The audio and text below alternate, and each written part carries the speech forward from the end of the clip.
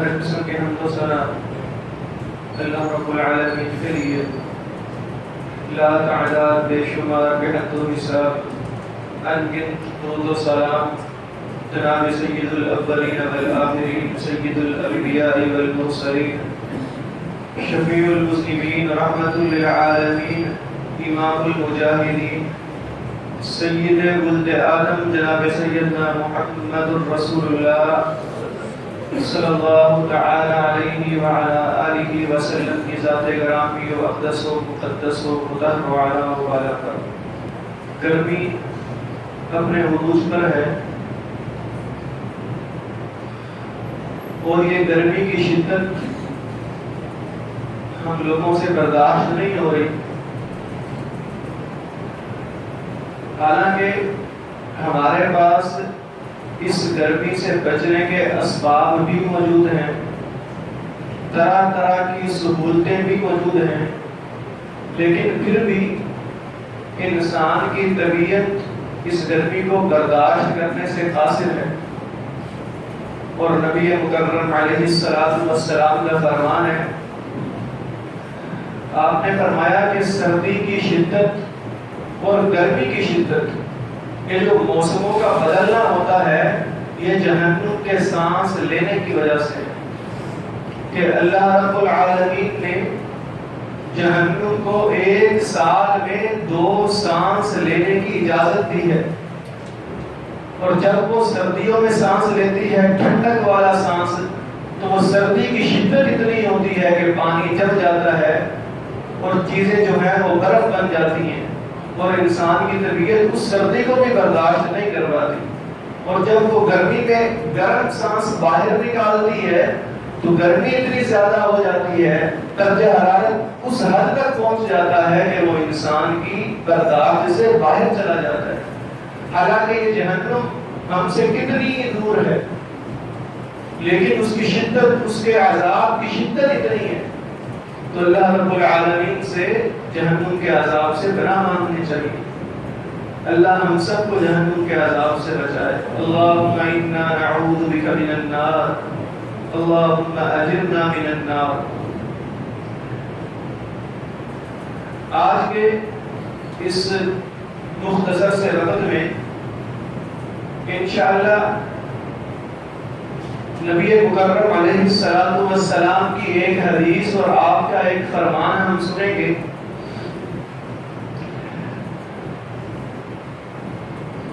نبی مکرم علیہ السلام کا یہ فرمان، آپ کی حدیث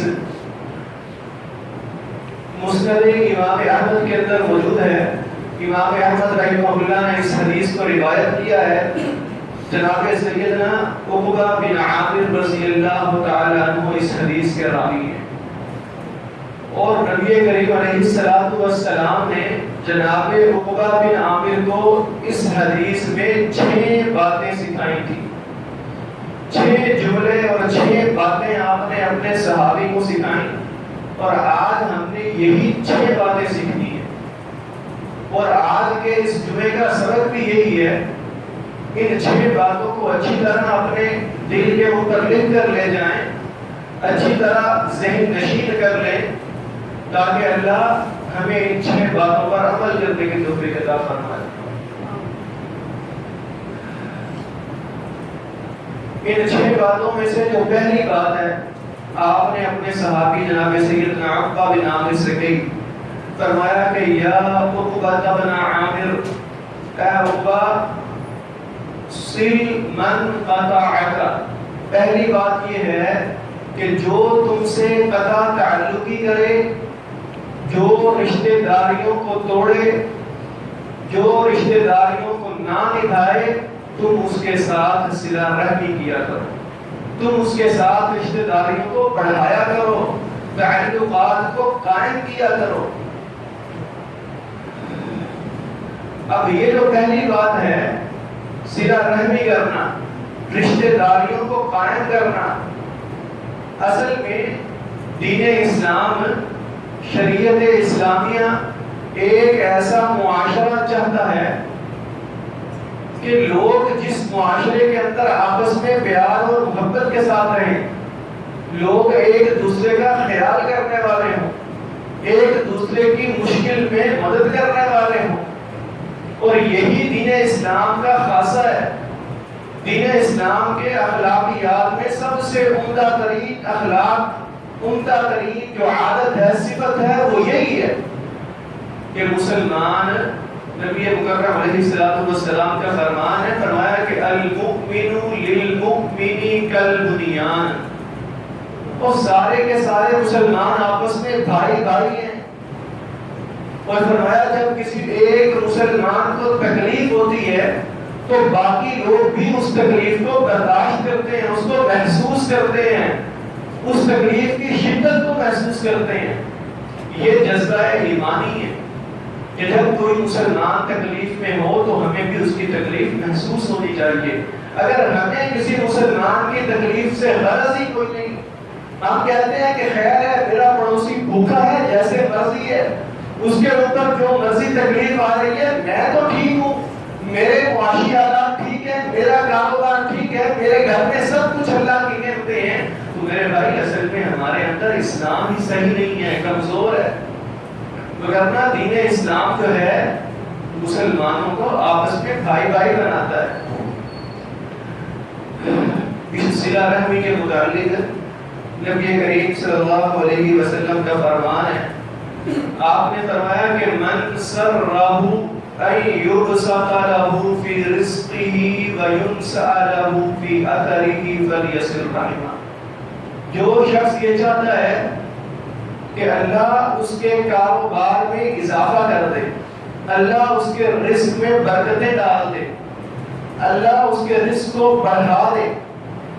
اور دوسری بات، جو شخص یہ چاہتا ہے کہ اللہ اس کی عمر میں اضافہ کرے، اللہ اس کی عمر میں برکتیں ڈالے. اب ہم میں سے ہر آدمی اپنے رزق میں برکتیں چاہتا ہے، کاروبار کی تنگی کا رونا روتے ہیں، لیکن حدیث رسول کے اندر اس کا نسخہ اور اس کا علاج موجود ہے. من سرہ ان یبسط له فی رزقہ. اور جس شخص نے اپنے کاروبار اور رزق میں برکت کروانی ہو اور عمر میں اضافہ کروانا ہو، فرمایا کہ فلیصل رحمہ، اس شخص کو چاہیے کہ صلہ رحمی کیا کرے، رشتہ داریوں کو ملایا کرے. اب یہ صلہ رحمی کیا چیز ہے؟ ہمارے یہاں صلہ رحمی ہوتی یہ ہے کہ جو شخص ہماری عزت کرے گا ہم بھی اس کی عزت کرتے ہیں. جو مجھے نہیں پوچھتا میں بھی اس کو نہیں پوچھوں گا. جو شخص میرا احترام نہیں کرتا میں بھی اس کا احترام نہیں کروں گا. جو میرے گھر نہیں آتا میں بھی اس کے گھر نہیں جاؤں گا. جو میرا خیال خیریت دریافت نہیں کرتا، میری تیمارداری نہیں کرتا، مجھے مشکل میں آ کر نہیں پوچھتا، میں بھی اس کو چھوڑ دوں گا. اللہ کے بندو، یہ صلہ رحمی نہیں ہے. تو یہ صلہ رحمی نہیں ہے. یہ تو ہم اپنے احسان کا بدلہ چاہتے ہیں کہ میں جس سے اچھائی کر رہا ہوں وہ میرے ساتھ بھی اچھائی کرے، مگر میں اچھائی نہیں کروں گا. نہیں نہیں میرے بھائی، صلہ رحمی یہ نہیں ہے. اسی لیے آپ نے جناب عقبہ بن عامر سے کہا تھا سل من قطعک، جو تم سے قطع تعلقی کرے تم پھر بھی صلہ رحمی کرو. جو رشتہ داروں کو، رشتہ داریوں کو توڑے تم پھر بھی ان کو ملاؤ. اور ایک آدمی، ایک صحابی رسول نبی کریم صلی اللہ علیہ وسلم کے پاس آئے، کہا کہ اللہ کے رسول ان لی قرابۃ، میرے کچھ رشتہ دار ہیں، میں ان کے ساتھ صلہ رحمی کرتا ہوں لیکن وہ میرے ساتھ قطع رحمی کرتے ہیں. وَأَحْسَنُ إِلَيْهِمْ يُسِيئُونَ إِلَيَّ، میں ان سے بڑا اچھا سلوک کرتا ہوں لیکن وہ ہمیشہ مجھ سے برا سلوک کرتے ہیں. وَأَحْلُمُ عَنْهُمْ، میں ان کا خیال رکھتا ہوں لیکن وہ مجھے جاہل رکھتے ہیں، میرا خیال ہی نہیں کرتے، کبھی مجھے پوچھتے ہی نہیں ہیں. آپ نے فرمایا کہ میرے صحابی، اگر تم یہ کام کرتے رہو گے نا، دو باتیں ہوں گی. پہلی بات یہ ہے کہ جو گناہ ہوگا، جو برائی ہے وہ تمہارے اوپر نہیں بلکہ ان لوگوں کے اوپر ہے کہ جو تم سے صلہ رحمی نہیں کر رہے. اور دوسری بات یہ ہے، جب تک تم ان سے صلہ رحمی کرتے رہو گے اللہ تمہارے لیے ایک مددگار مقرر کر دے گا جو تمہاری مدد کرتا ہی رہے گا. یہ رشتہ داریاں اصل میں نا اسلام کا خاندانی نظام، اسلام کا معاشرتی نظام، یہ اسلام کی خاصیت ہے کہ اسلام نے رشتہ داریوں میں محبت رکھی ہے، اور عالم کفر جو غیر مسلم طاقتیں ہیں ان کی ہمیشہ سے کوشش یہی رہی ہے کہ وہ مسلمانوں کے اس نظام میں دراڑیں ڈالیں، مسلمانوں کو اس نظام سے دور کریں۔ اللہ رب العالمین نے ایک مرد اور عورت کے درمیان جو رشتہ ازدواج قائم کیا ہے، میاں بیوی کا رشتہ ہے، اللہ نے اس میں کتنی محبت رکھی ہے کہ محبت کسی اور رشتے کے اندر نہیں ہے۔ اور حدیث رسول کے مطابق ایک مرد آدمی جو اپنے گھر والوں پر، اپنے بچوں پر، بیوی پر جو روپیہ پیسہ مال خرچ کرتا ہے، اللہ اس کو صدقے کا ثواب دیتے ہیں۔ اور یہی رشتہ جب اولاد ہو جاتی ہے، یہ لوگ والدین بن جاتے ہیں، اور ماں اور باپ کو اللہ نے کتنا اجر دیا ہے، کتنی فضیلت دی ہے۔ فرمایا کہ وہ شخص جو 2 بیٹیوں کی پرورش کرے، اللہ نے جس کو بیٹیاں دی ہوں ان کی تعلیم و تربیت کرے گا، فرمایا کہ جنت میں میں اور وہ شخص اس طرح ساتھ ہوں گے جس طرح یہ 2 انگلیاں آپس میں ملی۔ اور آپ صلی اللہ علیہ وسلم نے فرمایا کہ والد جب اولاد کے لیے دعا کرتا ہے، اللہ کبھی بھی اس کی دعا کو رد نہیں کرتا۔ اسی طرح ماں کو اللہ نے کتنا مقام دیا ہے کہ ماں کے قدموں کے نیچے جنت رکھی ہے۔ اور جب والدین فوت ہو جائیں، اگر کسی شخص کے والدین فوت ہو گئے ہیں، تب بھی اولاد کے اوپر یہ حق ہے، والدین کے ساتھ نیکی کرنے کا حق ہے، لازمی ہے کہ تب بھی والدین کے ساتھ نیکی کریں۔ اور مرنے کے بعد کس طرح نیکی کریں گے، اللہ رب العالمین نے قرآن مجید میں اس کا حل بھی بتا دیا۔ وَقَضَىٰ رَبُّكَ أَلَّا تَعْبُدُوا إِلَّا إِيَّاهُ وَبِالْوَالِدَيْنِ إِحْسَانًا۔ آخر میں جا کے کہا کہ وَقُلْ رَبِّ ارْحَمْهُمَا كَمَا رَبَّيَانِي صَغِيرًا، وہ اپنے والدین کے لیے دعائیں کرتے رہا کرو، ان کے مرنے کے بعد بھی ان کے لیے دعائیں کیا کرو۔ اگر نیک اولاد ہو، وہ کوئی بھی نیک عمل کرے گی تو آٹومیٹکلی طور پر اس کا اجر و ثواب اللہ اس کے والدین کو پہنچاتے رہتے ہیں۔ میرے بھائی، حدیث رسول کے مطابق جو دوسری بات ہے وہ یہ ہے، آپ نے فرمایا تھا کہ وَأَعْطِ مَنْ حَرَمَكَ، جو شخص تمہیں مال نہ دے، جو شخص تمہیں مال سے محروم رکھے، تم اس پر پھر بھی خرچ کرو، تم اس کو پھر بھی دو۔ یعنی کیا مطلب ہے؟ نبی کریم صلی اللہ علیہ وسلم نے فرمایا کہ اللہ کے بندو، کونوا عباد اللہ اخوانا، اور آپس میں ایک دوسرے کے ساتھ حسد نہ کیا کرو، ایک دوسرے کے ساتھ نفرتیں پیدا نہ کرو، ایک دوسرے کے ساتھ دشمنی پیدا نہ کرو، اور ایک دوسروں کو معاف کیا کرو۔ اور فرمایا کہ وَكُونُوا عِبَادَ اللَّهِ إِخْوَانًا، اللہ کے بندو آپس میں بھائی بھائی بن کر رہا کرو۔ یہ لازمی نہیں ہے کہ اگر میں نے کسی انسان کو تحفہ دیا ہے، گفٹ دیا ہے، ہدیہ دیا ہے، وہ بھی مجھے ہدیہ دے گا، وہ بھی مجھے اس کا بدلہ دے گا۔ یہ اچھی بات ہے بدلہ دینا، لیکن اگر وہ انسان بدلہ نہیں دیتا تو تب بھی مجھے اس کے ساتھ اچھائی ہی کرنی چاہیے، کیونکہ میں جو کچھ بھی خرچ کروں گا میری نیت یہ ہے کہ اللہ مجھے اس کا بدلہ قیامت کے دن دے گا۔ حدیث رسول میں جو تیسری بات ہے، فرمایا کہ وَاعْفُوا عَمَّنْ ظَلَمَكَ، اے عقبہ بن عامر، جو شخص تمہارے ساتھ ظلم کرے تم اس کو معاف کر دیا کرو۔ جب کوئی شخص کسی انسان پر ظلم کرے، اس ظالم کو معاف کر دینا، یہ اللہ کے ہاں بہت فضیلت والا عمل ہے۔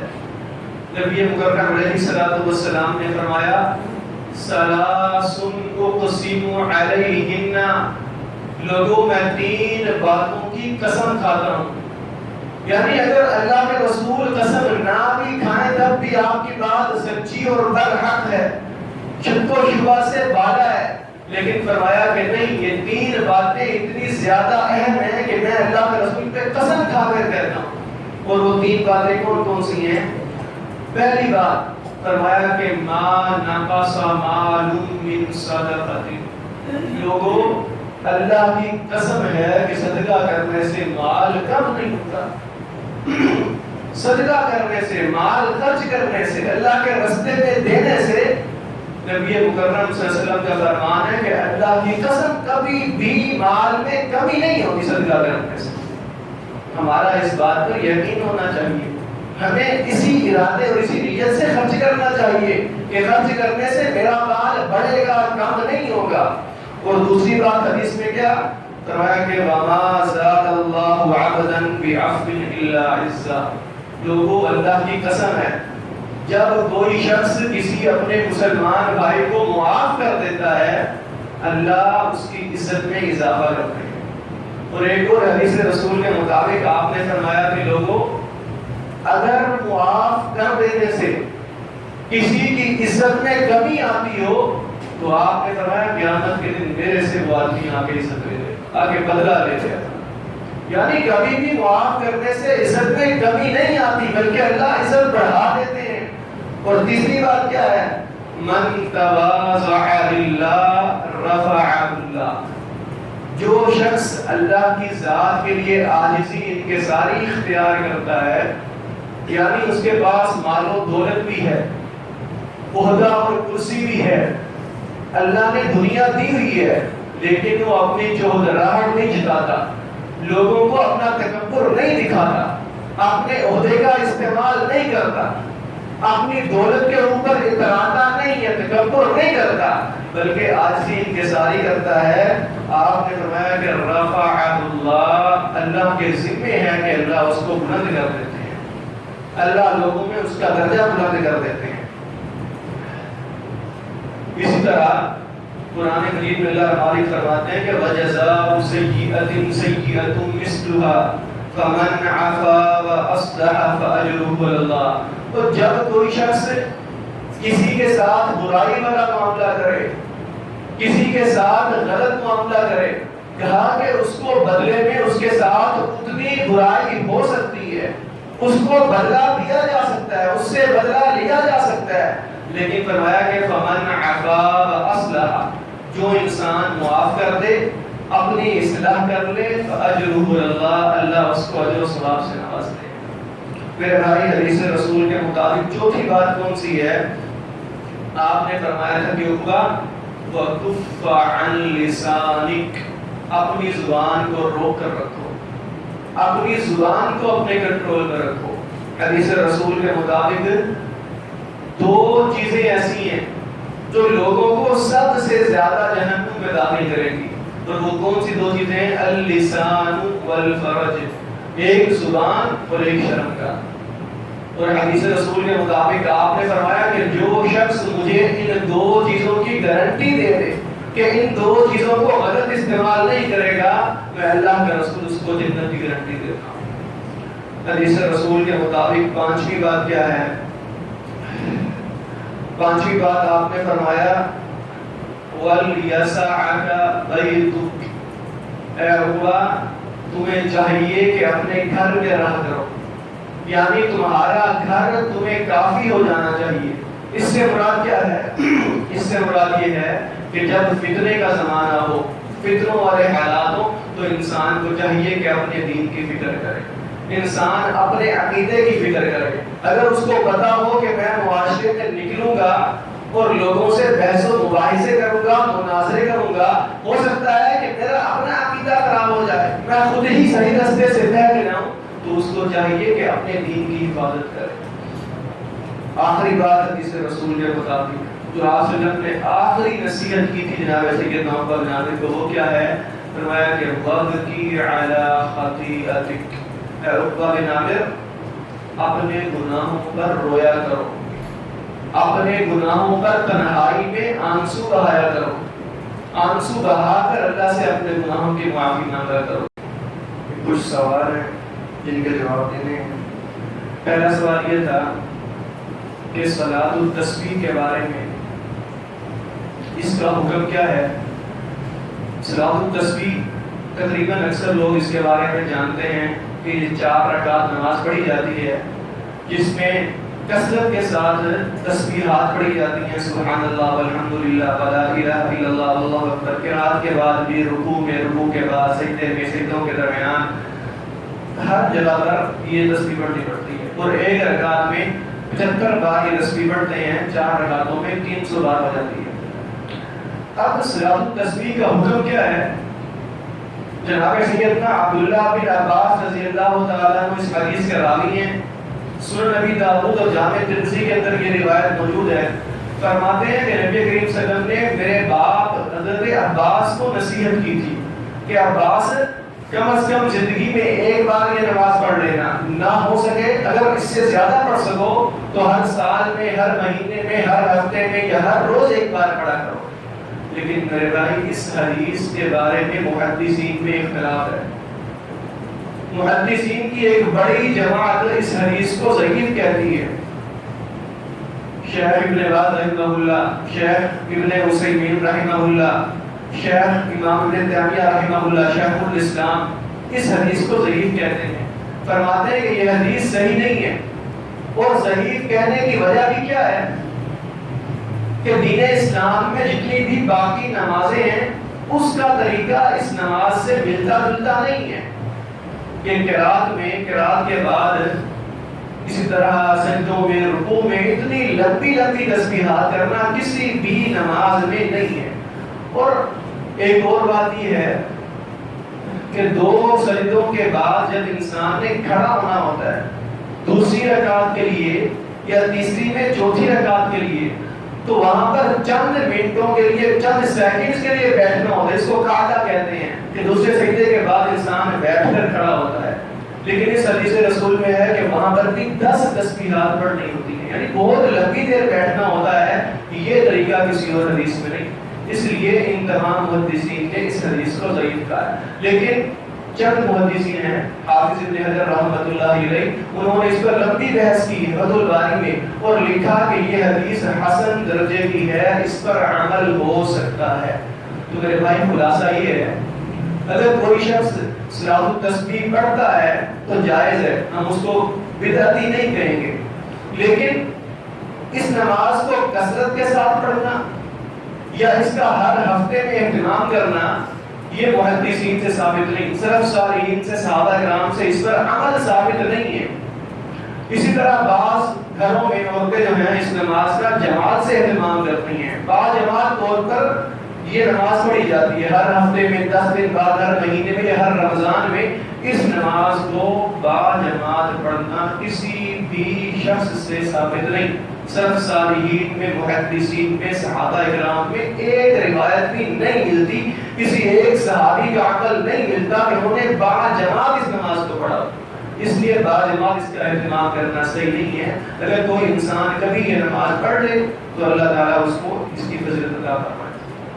اس کے بعد دوسرا مسئلہ جو تھا وہ یہ ہے کہ صلاۃ الحاجہ، یعنی اگر انسان کو کوئی حاجت ہو، کوئی مسئلہ ہو، کوئی پریشانی ہو، اس کا وہ کام نہیں ہو رہا، وہ انسان نماز پڑھے، تو صلاۃ الحاجہ کا جو طریقہ آتا ہے نا وہ یہ ہے، اگر انسان کسی مشکل میں ہے اور وہ چاہتا ہے اللہ سے مدد مانگنا، تو اس کو چاہیے کہ 2 رکعت نفل پڑھے۔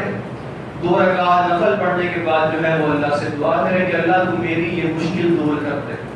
اللہ رب العالمین قرآن مجید میں فرماتے ہیں کہ یا ایھا الذین آمنوا استعینوا بالصبر والصلاۃ، اے ایمان والو نماز کے ساتھ اور صبر کے ساتھ اللہ سے مدد مانگا کرو، مدد طلب کیا کرو۔ اسی طرح حدیث رسول میں آتا ہے کہ من نذبہ امر، کہ جب نبی کریم صلی اللہ علیہ وسلم کو کوئی مشکل پیش آتی تو آپ نماز پڑھا کرتے تھے، نماز کے ذریعے اللہ سے وہ مشکل حل کروا لیتے تھے۔ تو صلاۃ الحاجہ پڑھنا جائز ہے، یعنی انسان نفل پڑھ سکتا ہے، وہ نفل نمازوں کی سنتیں بھی ہو سکتی ہیں، صلاۃ الاستخارہ بھی ہو سکتا ہے، اشراق کے نفل بھی ہو سکتے ہیں، قیام اللیل تہجد کی نماز بھی ہو سکتی ہے۔ اگر انسان چاہے تو مستقل 2 نفل بھی پڑھ سکتا ہے۔ آخری بات کیا ہے؟ سورج گرہن کے بارے میں، سورج اور چاند گرہن کے بارے میں میرے بھائیوں، یہ سورج اور چاند جو ہیں اللہ رب العالمین کی نشانی ہے۔ حدیث رسول میں آتا ہے کہ آیتان من آیات اللہ، یہ اللہ کی نشانیاں ہیں، لا ینخسفان لموت احد ولا لحیاتہ، کسی کی زندگی یا مرنے سے ان کا کوئی تعلق نہیں ہے۔ کسی بھی بڑے آدمی کی زندگی یا موت سے، کسی بھی ولی اللہ کی زندگی موت سے کوئی تعلق نہیں، بلکہ اللہ ان بڑی بڑی اپنی مخلوقات کو گرہن لگا کر، بے نور کر کے اپنے بندوں کو یہ سبق دینا چاہتے ہیں کہ لوگوں کی جو اتنی بڑی بڑی مخلوقات ہیں اللہ ان کو بھی بے نور کر دیتا ہے، تو وہ مالک اور خالق اگر چاہے تو اس چھوٹے سے انسان کو جب چاہے اپنی نافرمانی پر اللہ پکڑ بھی سکتا ہے۔ اور ہمارے ہاں عورتوں کے اندر یہ مسائل موجود ہوتے ہیں، سمجھا کہ جاتا ہے کہ سورج گرہن کے وقت یا چاند گرہن کے وقت جو عورتیں پیٹ کے ساتھ ہوں، امید سے ہوں، عمل سے ہوں، وہ کوئی کام نہ کریں، طرح طرح کے اس کے اثرات ہوتے ہیں۔ ایسی کوئی حدیث صحیح رسول، ایسی کوئی بات کسی بھی صحیح حدیث سے ثابت نہیں ہے۔ یہ تمام باتیں جھوٹ ہیں، تمام باتیں غلط ہیں، کسی کی دلیل کسی بھی صحیح حدیث سے، قرآن مجید سے نہیں ملتی۔ اللہ ہمارے ہمیں قرآن حدیث کو سمجھنے کی توفیق عطا فرمائے، اللہ ہمارے حالات پر رحم فرمائے، اللہ ہمارے صغیرات کو معاف فرمائے۔ سبحان ربک رب العزۃ عما یصفون وسلام علی المرسلین۔